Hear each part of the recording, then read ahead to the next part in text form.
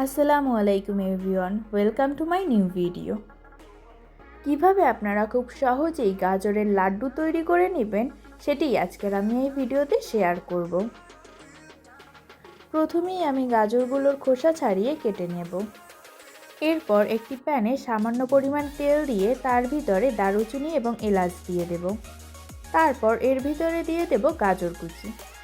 গাজর কুচি দিয়ে সামান্য নেড়েচেড়ে এর ভিতরে দিয়ে দেব লিকুইড দুধ। তারপর গাজরগুলোকে সিদ্ধ করে নেব।